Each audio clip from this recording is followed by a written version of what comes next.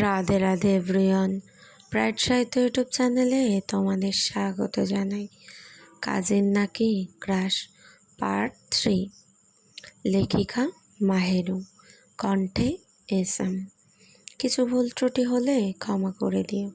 তো চলো বেশি কথা না বলে গল্প শুরু করি। ঈশানী মাহেরুকে নিয়ে রুমে বেডের উপর নামায়। একটুও ঠান্ডাকে স্পর্শ করতে দেয়নি তার পছন্দের মানুষটিকে। চারজন একই রুমে গোল হয়ে বসে, বালিশ ছড়িয়ে, কম্বল আধা গায়ে, ডিম লাইটটা জ্বালানো, কিন্তু মুখগুলো পরিষ্কার দেখা যাচ্ছে। ইরা প্রথমেই বলে ওঠে, আচ্ছা চল ট্রুথ আর দেয়ার খেলি। সাথী সঙ্গে সঙ্গে হাসি দিয়ে বলে, ইয়েস, এই ঘরে না খেললে পাপ হবে। মাহেরু চোখ বড় বড় করে বলে, না না, আমি খেলবো না, এই খেলায় আমারই সবচেয়ে বেশি অপমান হয়। ঈশানী হাততালি দিয়ে বলে, তাহলে তো খেলতেই হবে। 4 ফুটের বাদর, রিস্ক নিতে শিখো। মাহেরু, এই আমি 4 ফুট না। একটু অ্যাটিটিউড নিয়ে বলে, আমি মিনিমাম 4 ফুট প্লাস। ঈশানী বলে, অ্যাটিটিউডটা বেশি, হাইট কম আর কি। মাহেরু রেগে গিয়ে বলে, আপনার ভাগ্য ভালো আমি শুয়ে আছি, কম্বলটা গরম করে ফেলেছি, নয়তো উঠে একটা কামড় দিতাম। ঈশানী বলে, কি কামড় দিতে মানে? মাহেরু বলে, না মানে রেগে গেলে দাঁত কাজ করে বেশি। ইরা, এই চুপ কর। মাহেরু, শুরু কর। মাহেরু বলে, আমি ট্রুথ নেব। সাথী চোখ চিকচিক করে বলে, আচ্ছা বলো, এই ঘরে কাউকে পছন্দ হয়?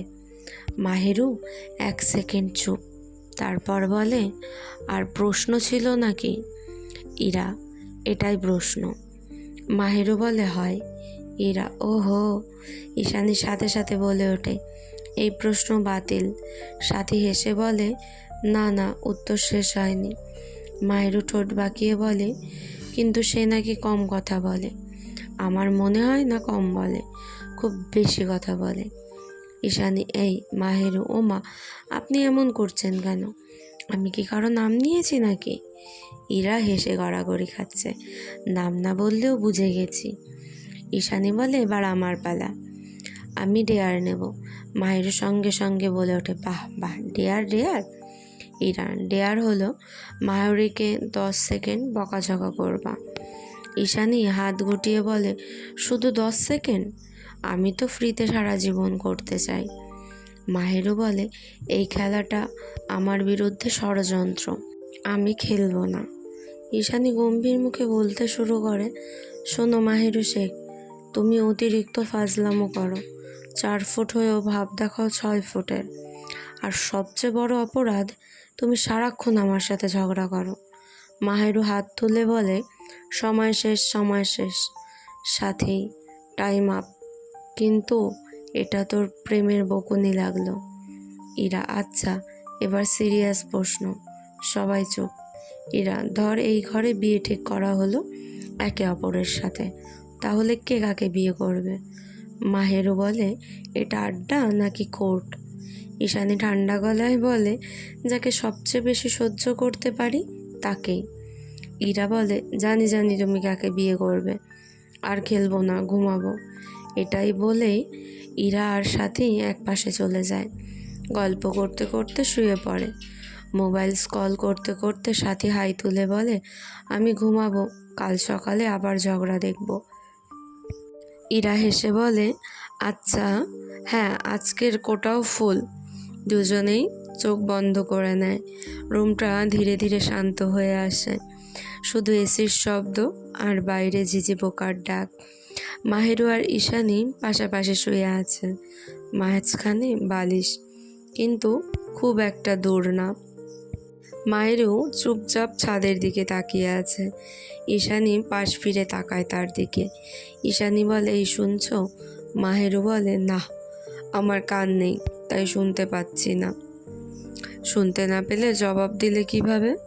মাহেরু বলে, দেখতেই পাচ্ছেন তাকিয়ে আছি, তাহলে আবার এই শুনছো ঢং করেন কেন? ঈশানী, সব সময় কি ঝগড়া মুডে থাকে নাকি? মাহেরু বলে, আমি ঝগড়া করি না, আপনি করেন। সরেন, ঘুমাবো। ঘুমাবো বলে উপরে তাকিয়ে আছো কেন? ফ্যানটা বেশি সুন্দর নাকি?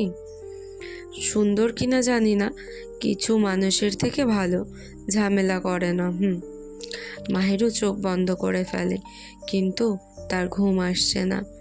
ঈশানী হঠাৎ মাঝের বালিশটা একটু সরিয়ে কাছে যায়। মাহেরু চোখ খুলে তাকায়। এই বালিশটা মাঝখানে ছিল, সরালেন কেন? ছিল, এখন নেই। নিয়ম ভাঙছেন কেন? ঈশানী ফিসফিস করে বলে, রুমে আর কেউ জেগে নেই তাই। কেউ জেগে নেই তো পাশের দুইজনকে ডেকে তুলে কথা বলুন। আমি তো শুধু তোমার সাথেই কথা বলতে চাই। চারপাশটা নিস্তব্ধ হয়ে গেছে। কিছুক্ষণ নীরবতা। ভয় পেলে আমার হাত ধরতে পারো। মাহেরু বলে, আমি ভয় কেন পাবো? ভয় না পেলে তোমার হাত কাঁপছে কেন? মাহেরু নিজের হাতের দিকে তাকিয়ে দেখে সত্যি তার হাত কাঁপছে। মাহেরু তখন কথা ঘুরিয়ে বলে, ঠান্ডা বেশি তাই। আজকে এত রেগেছিলে কেন? মাহেরু বলে, কোথায় রেগেছিলাম?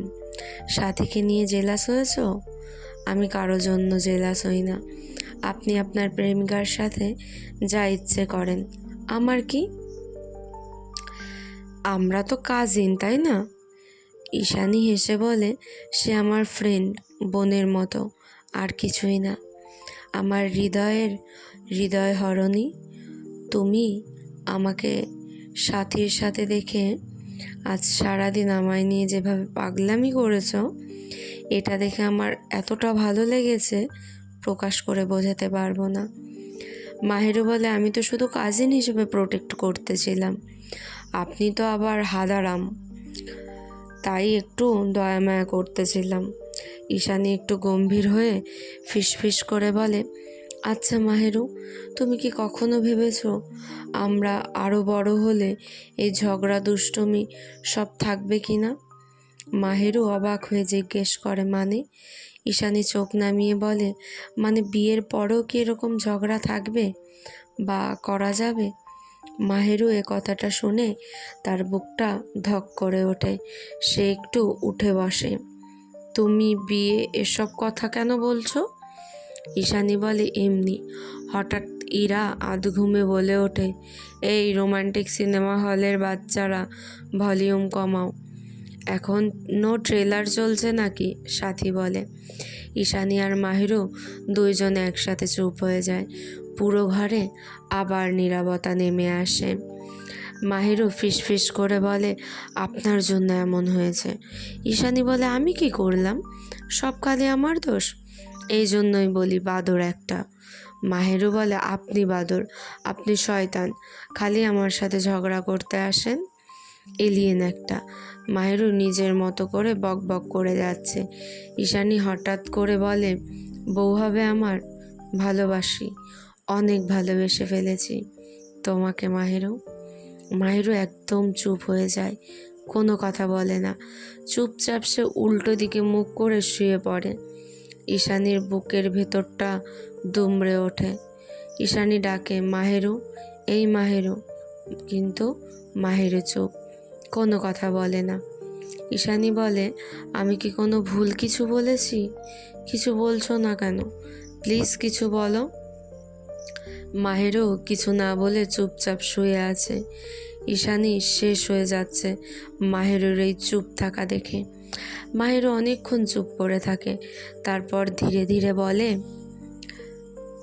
কথা না বললে কাল সকালে এই ঘরে ঢোকা যাবে তো? ঈশানী একদম থমকে যায়। তার ভেতরে একটু স্বস্তি আসে, চোখে জল, কিন্তু হালকা হেসে বলে, জানো আমি কতটা ভয় পেয়েছি।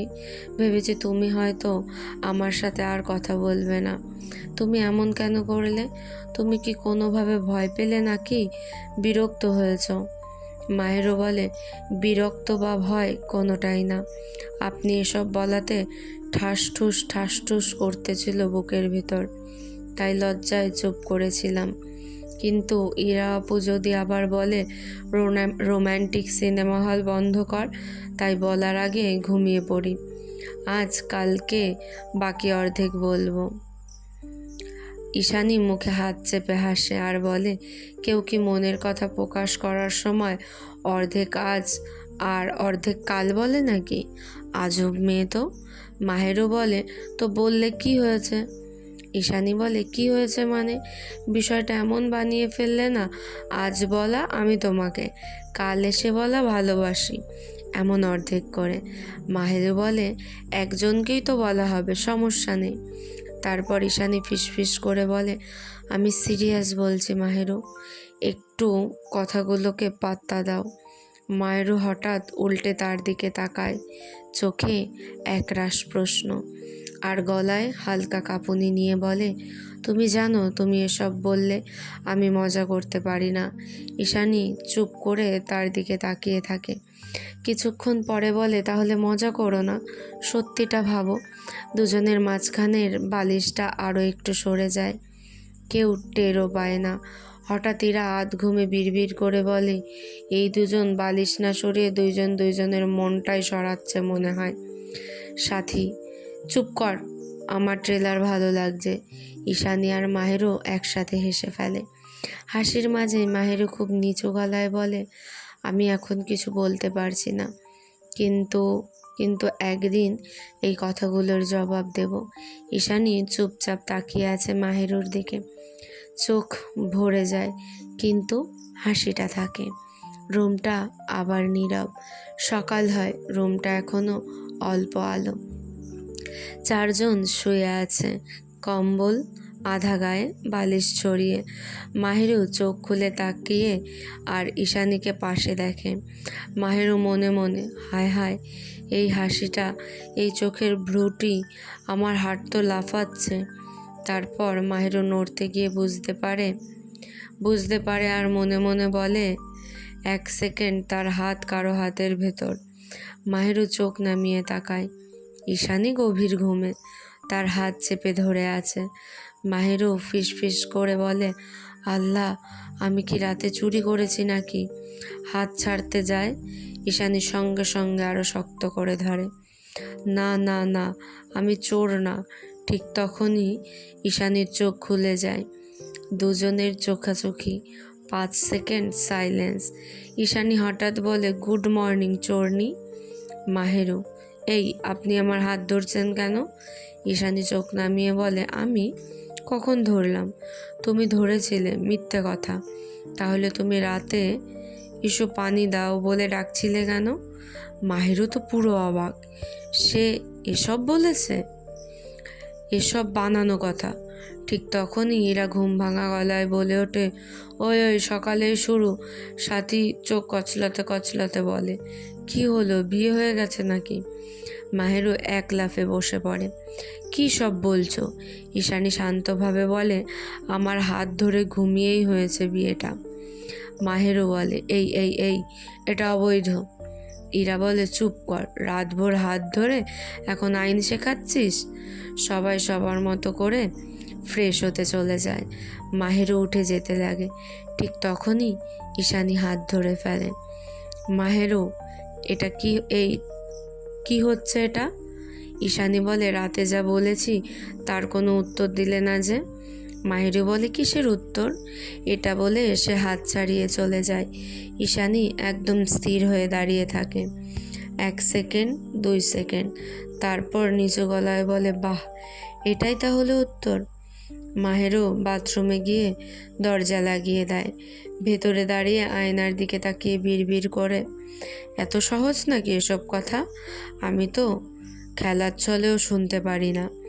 বাইরে ঈশানী বসে থাকে, রাগে বালিশটা চেপে ধরে আছে। কাল থেকে কথা কম, একদম কম। কিছুক্ষণ পর মাহেরু বের হয়, চুল ভেজা, চোখ নামানো। ঈশানী তাকায় না। মাহেরু বারবার ঈশানীর দিকে তাকাচ্ছে, কিন্তু ঈশানী তাকায় না। এই, ঈশানী চুপ, কোনো উত্তর নেই। মাহেরু বলে, শুনছো? এবার ঈশানী বলে, শুনি না, আমার কান নেই। মাহেরু চোখ বড় বড় করে তাকিয়ে বলে, এটাই তো আমার ডায়লগ ছিল। কেমন লাগছে তোমাদের গল্পগুলো? কমেন্ট করে জানিও। ভালো লাগলে একটু লাইক, কমেন্ট এবং শেয়ার করে দিও। আর এমন সুন্দর সুন্দর রোম্যান্টিক গল্প পেতে ব্রাইট সাহিত্য ইউটিউব চ্যানেলকে সাবস্ক্রাইব করতে হবে। জলদি গিয়ে সাবস্ক্রাইব করে এসো। নেক্সট পার্ট খুব তাড়াতাড়ি আসবে। ততক্ষণের জন্য সবাই খুব ভালো থেকো, সুস্থ থেকো। রাধে রাধে।